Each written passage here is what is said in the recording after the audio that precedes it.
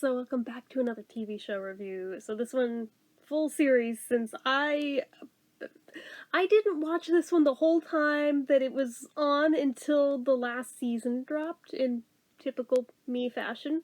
Not on purpose this time, it just kind of worked out that way. So, fair warning, if you don't want spoilers, don't watch this until you caught up. But anyway, this show is called Dead to Me, and it's the one with Christina Applegate in it. It's a Netflix original. I had honestly meant to get around to it sooner, but final season just dropped, as well as her diagnosis of MS, which is really, really sad, because I like her a lot. I don't think I've ever seen anything she was in where she wasn't fantastic, honestly, so it made me sad learning that for her, but regardless, she does a phenomenal job in this show. Oh my god. But anyway, I went into it completely blind, knew absolutely fuck all about the plot, for once. Usually somebody tells me enough about it to where I get intrigued and I watch the thing, but this time I was literally just freaking taking advantage of the fact that I finally have my own Netflix account that I'm not sharing.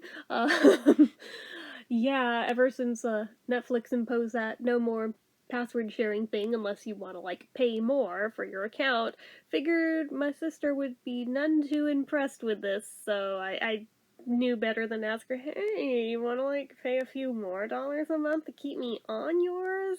Figured she'd tell me to go fuck myself, so I was like, I'll just go make my own, I guess. So I did, and ever since I did, I have literally been binge-watching the crap out of all the things because it's the first time since I have been introduced to Netflix years ago that I have not had to strategize my time of day of being able to watch stuff on it around when she's at work and not home and not using her account.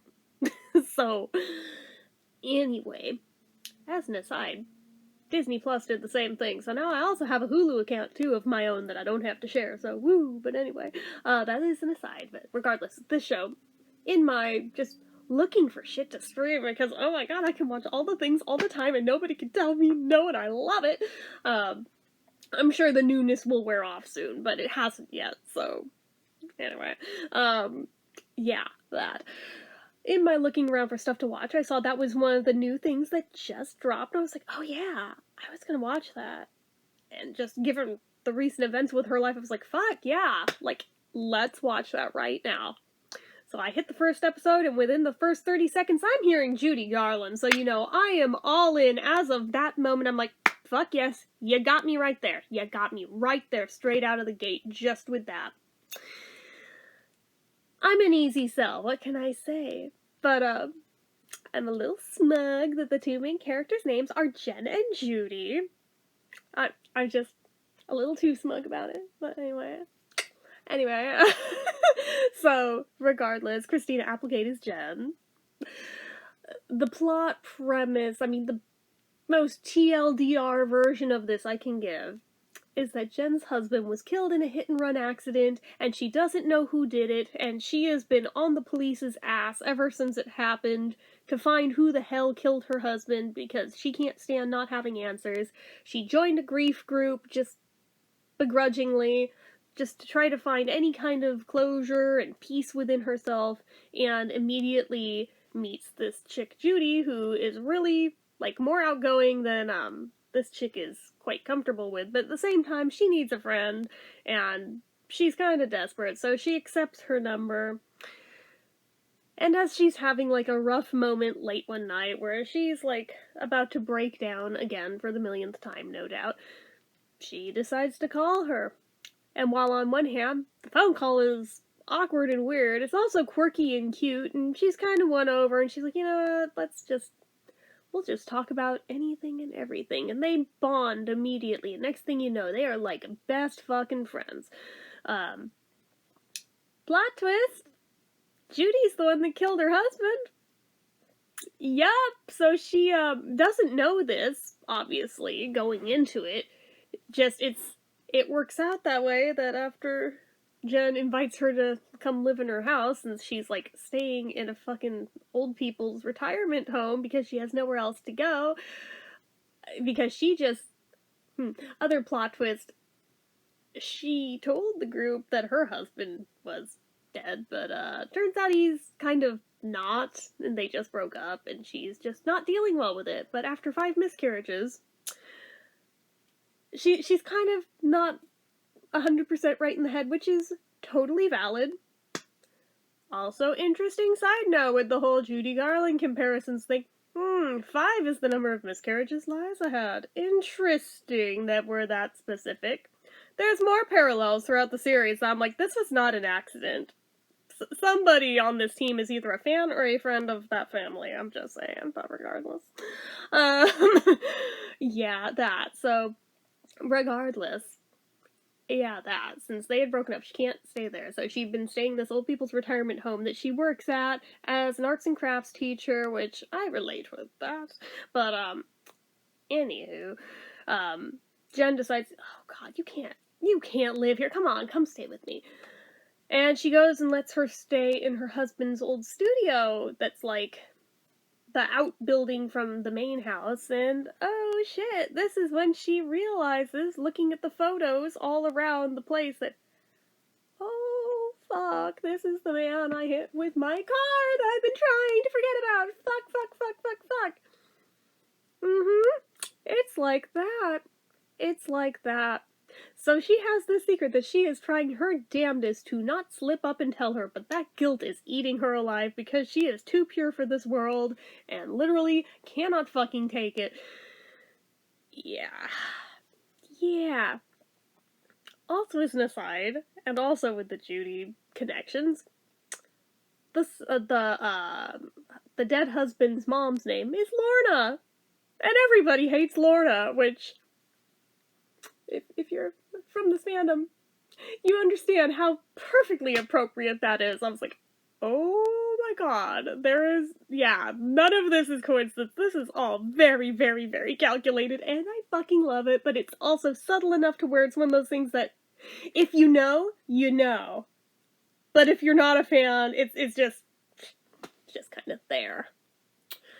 Anyway, as she's, like, trying to be helpful to Jen in finding her husband's killer while not tipping her hand that it was her, other little details come to light.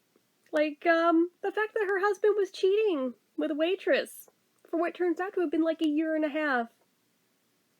Waitress's name is Bambi. Bambi was Liza's stripper name, so, you know, I'm just saying, if you know, you know. I'm like, this is not accidental, and well fucking played putting these subtle things in there. Anyway.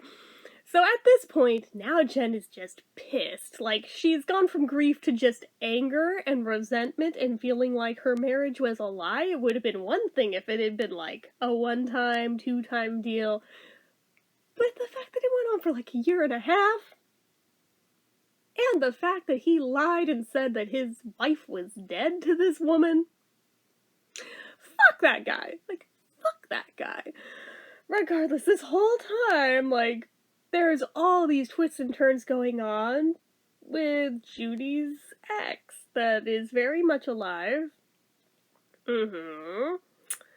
Yeah, there is so much plot here that I don't want to give all of it away, but there's a kind of big piece that I kind of have to.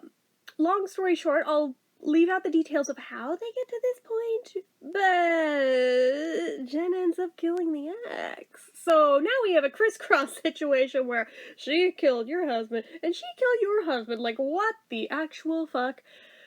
And even though they're mad at each other for it, they're also still besties.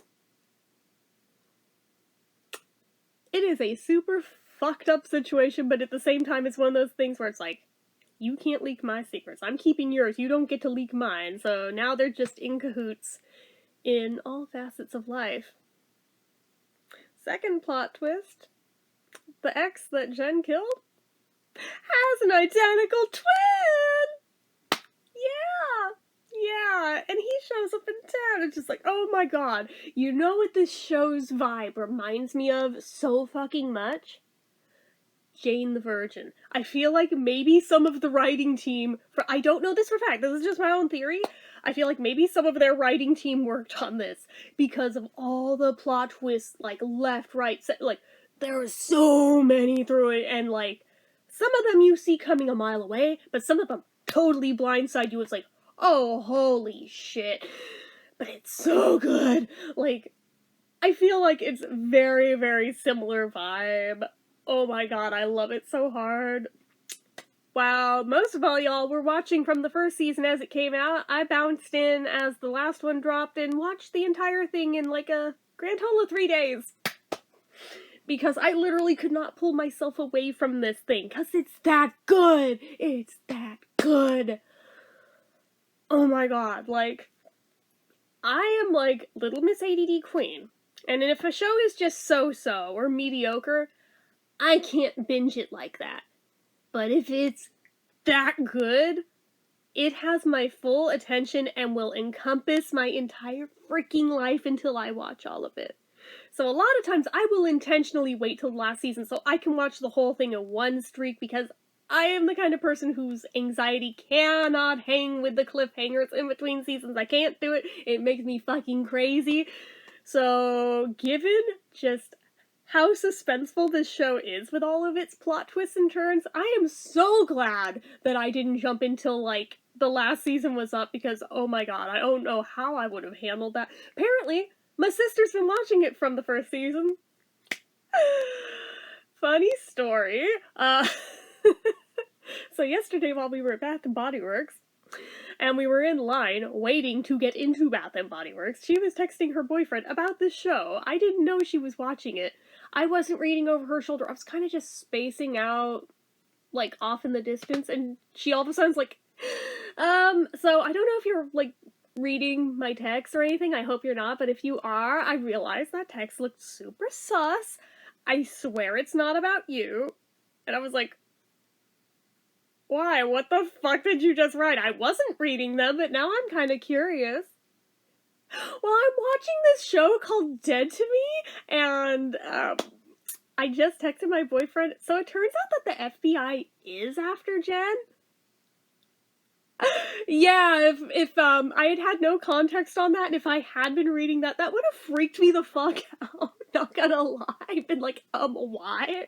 But, the second she told me she's watching it too, I was like, I just lit up. I was like, I just started watching that like a day ago. And she's like, oh my god, how far in are you? Because I don't want to give you spoilers. And I was like, like halfway into the second season. She's like, oh, sorry. Kind of spoiled that. I was like, dude, no, you're fine. That's still vague enough to where I think I saw it coming, but at the same time, like, it's vague enough to where you didn't give it all away, so I don't care. Even if you did spoil it, I totally don't care.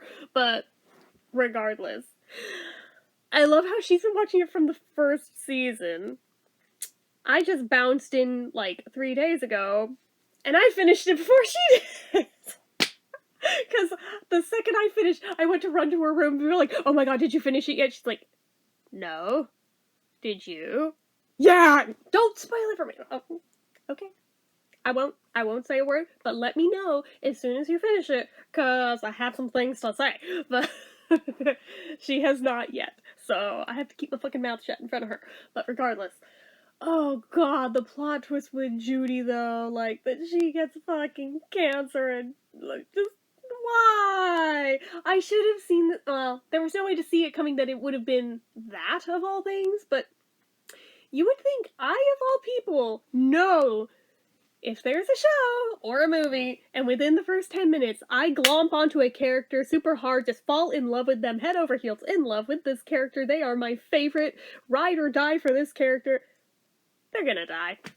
It's just inevitable, like every fucking show, it's always inevitable every damn time. I don't know why those are the characters I always latch onto, but it always happens, and it really sucks. Because it always devastates the shit out of me when it happens, even though I kind of have, like, this lurching feeling in the back of my mind of, oh god, where are they gonna kill him off? Because I latched onto them, they're cursed, but yeah, I don't know how I sniff it out, but I sniff it out like a bloodhound, and it sucks.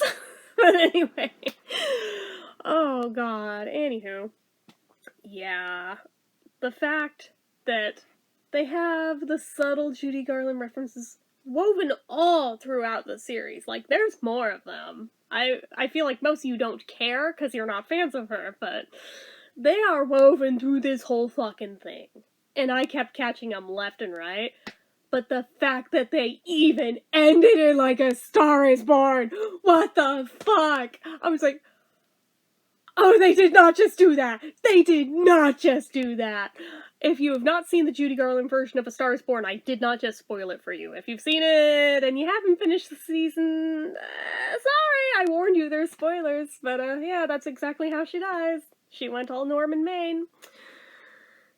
Yeah, I was like, the second I saw the footprints in the sand, I was like, ah, fuck no, they went A Star is Born. I tweeted it the second I saw it. I was like, god damn it.